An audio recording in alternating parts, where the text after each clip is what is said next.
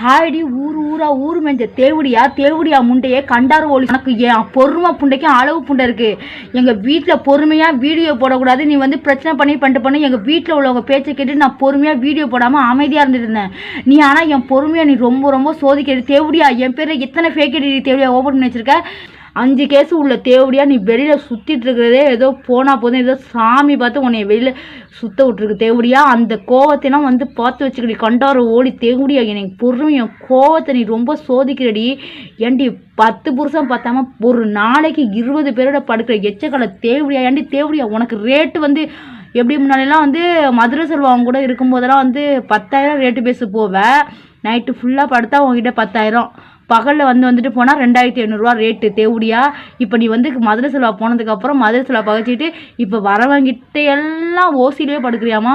சும்மாவே படுக்கிறியாமா? சும்மாவே படுத்து தேவடியா என்னைய